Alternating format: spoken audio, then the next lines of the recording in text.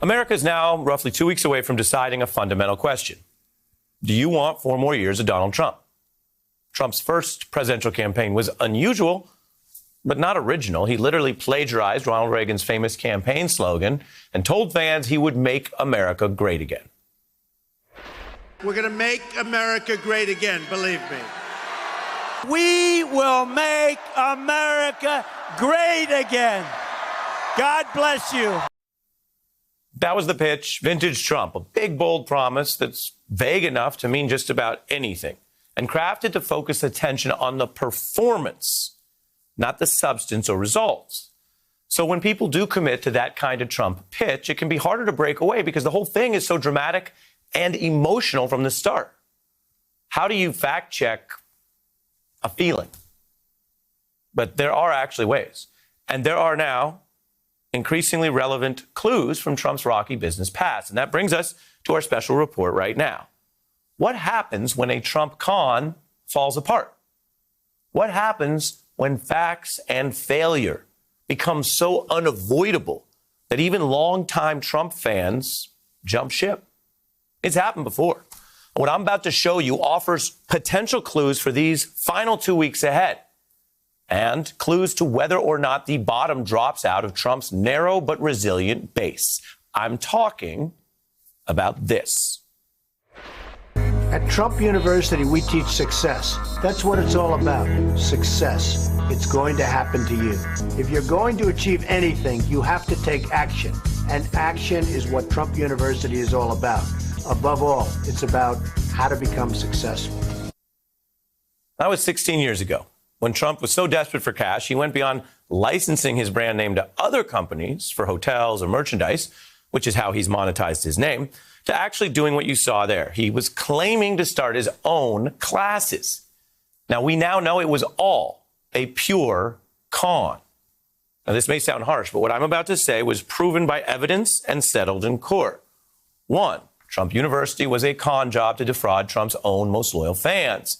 It had neither Trump nor a university. The business wasn't an accredited university. In fact, he was busted later by New York authorities for operating without a charter. And it had no Trump because he ditched out on teaching those promised classes. So these paying Trump fans, these customers, arrived only to find cardboard cutouts of Trump. They said they were given infomercials, not classes, and told to go home and look at real estate websites to ply their craft. Now, 2, Trump U was a business that gave out business advice which went out of business. Embarrassing. The joke here was pretty obvious. He's so insane, he started Trump University, but it's not even a university, it's just a website. How would you recruit students for that? Excellent hair, son. You're on your way. Would you care to see a brochure from Trump University? It's the best university in the country. This is all familiar to so many Trump endeavors. Remember here, the victims are not Trump critics. Critics won't work with him in the first place. No, a con man is dangerous to be around because he cons the people who trust him. For Trump, that was the contractors still working to work with him, fans who still think he cares about them. Now, thousands of those fans paid for those classes back then. Some paid up to tens of thousands of dollars. And to be clear, some were still standing by Trump even when he snubbed the classes and broke his word. A dynamic where the person defrauded can still praise their own victimizers until the moment they realize they've been fleeced. That is a line from a ruling that Trump got in a case he later lost. It came up in the debates in 2016. The plaintiffs against you are like the Madoff victims. Oh, This is what the Court of Appeals said. Give me a break. They found that victims of con artists often sing the praises of their victimizers until they realize they have been fleeced. He's trying to do to the American voter what he did to the people that signed up for this course. He's making promises he has no intention of keeping. He's trying to con people into giving them their vote, just like he conned these people into giving them their money. Conning voters. That's a Republican, Marco Rubio, making the link from Trump U to the election. And here we are in the home stretch of an election.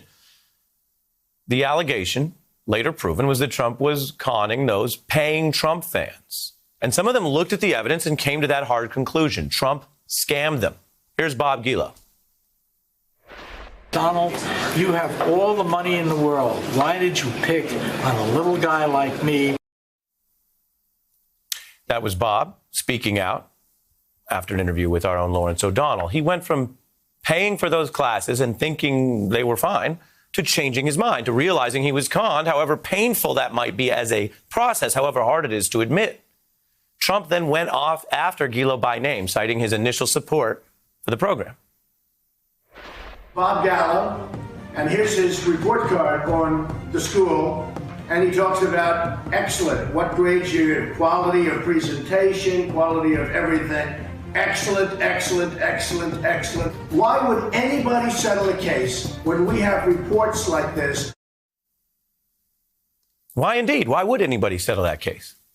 Trump was referring to how his former fans had sued him over the con, and Trump was wrong. They won their money back. Now, during the campaign, Trump lied and claimed he wouldn't pay them or settle, but he did both for a whopping $25 million. Now, how does all this relate to the election right now? Well, it suggests how even some diehard Trump fans, the ones who put their own money down for him, could change their minds. It's also a reminder of why Trump is different than a lot of other traditional politicians, because he engenders stronger emotional reactions and feelings. And that can make his fans more ardent when they like him and more scorching when they break from him. That's something we just explored on this program, hearing from people who had given Trump years of their time and labor only to join forces now, hoping to oust Trump from the White House by backing Biden. I wasn't just part of the cult. I helped create the cult. How many years in your count, in your mind, did it take to change your mind about Trump? Michael. A decade. Anthony. 7 years. Both those increments of time are longer than the 4 years of a first term. But there are Trump voters out there who are also changing their minds, just like some of these other people I just showed you. We're seeing Biden now leading by 43 points among people who are switching their vote from a count in 6 key states, states where Trump won narrowly over Hillary and where former Trump supporters are now backing Biden. Like these other ex-Trump fans, these voters might be looking at the evidence. Now, Trump has done a few things that he politically promised. He did put conservatives on the court. He did pull out of the Paris Climate Accord. He did run harsh immigration crackdowns as promised. But just like Trump, many of his boldest and biggest, most famous promises are just like the cardboard cutouts of Trump in that sad hotel conference room. It's a fake, a fraud, a con. Mexico never paid for the border wall. Trump didn't drain the swamp. He broke records for most advisors convicted ever. Trump didn't bring back the coal mining. Those jobs are crashing below 45,000 in the current recession. It's a far cry from Trump's campaign pledge. If I win, we're going to bring those miners back. We're putting the miners back to work. We will put our coal miners and our steel workers back to work. And we're going to have clean coal. It's clean coal. We're going to have coal. So hang in, because we're going to put you back to work. It's going to be a beautiful thing to see. Yes. Hang in there. Well, it's been 4 years. Trump hasn't even worked on coal much publicly, let alone fixed the substantive decline, production on track to fall 30%. Now, have any miners found themselves feeling like Trump U customers? Yes. Some say Trump's entire frame has been proven false because the fundamentals won't bring coal back to the old days. Coal mining isn't coming back, and it's time to get real about it. You might think of Appalachia as a very conservative place, but in 2000, the majority of Appalachia's coal-producing counties voted for Al Gore. Our families used to vote Democrat for labor rights, but economic desperation has driven us to vote otherwise. Then there's health care. That's an even larger priority during this pandemic, where Trump's 2020 line has been basically recycling old claims for a secret replacement plan for Obamacare. Obamacare. It's got to go. It's got to go. Repeal and replace with something terrific. Obamacare is not going to be here much longer, folks. You see what's going on. Repealing and replacing the disaster known as Obamacare. But you can see the con. Trump's not been working on replace. He's doing repeal without replace, trying to get it repealed in the Supreme Court next month. Now, Trump was just on defense over this broken pledge last week, pressed at the town hall again about running on a secret plan this time, as 20 million Americans could lose their health care immediately under this administration. And then there's the issue that may fit Trump you the best: Donald Trump and taxes. In terms of hypocrisy, Trump is a tax deadbeat. He's now been exposed by the New York Times for dodging and paying less taxes than most Americans. Now, in terms of policy impact, that's your life. Trump is taking from the middle and working class and giving it to the rich through his policies. Just like Trump you defrauded fans, that many of whom had far less money than Donald Trump himself. Now, he ran on populism last time, but pushed a tax plan to help the rich and then admitted it, telling millionaires at his private Mar-a-Lago club that his plan made them a lot richer.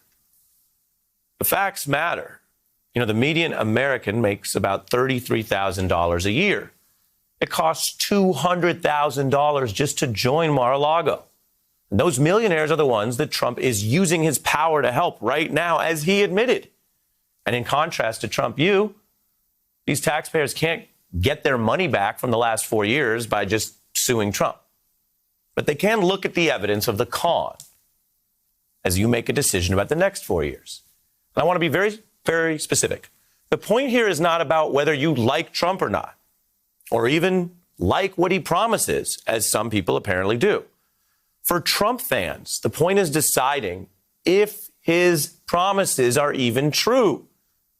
Is this real, or is he just an actor? Consider some words of wisdom about decoding cons from Sean Carter referencing Raging Bull. They're actors, looking at themselves in the mirror backwards, can't even face themselves. Don't fear no rappers. They're all weirdos. De Niro's in practice, so don't believe everything your earlobe captures. It's mostly backwards unless it happens to be as accurate as me, and everything said in song you happen to see. Then actually believe half of what you see, none of what you hear, even if it's spat by me. Poetry to keep in mind this election. Don't believe all of anything. Be skeptical of the actors, the weirdos, and the con men. And make sure when it's time to make up your mind, you are using your own mind. Hey, I'm Ari Melber from MSNBC. You can see more of our videos right here, or better yet, subscribe to our YouTube channel below. You could have been anywhere in the world, but you're here with us, and we appreciate that.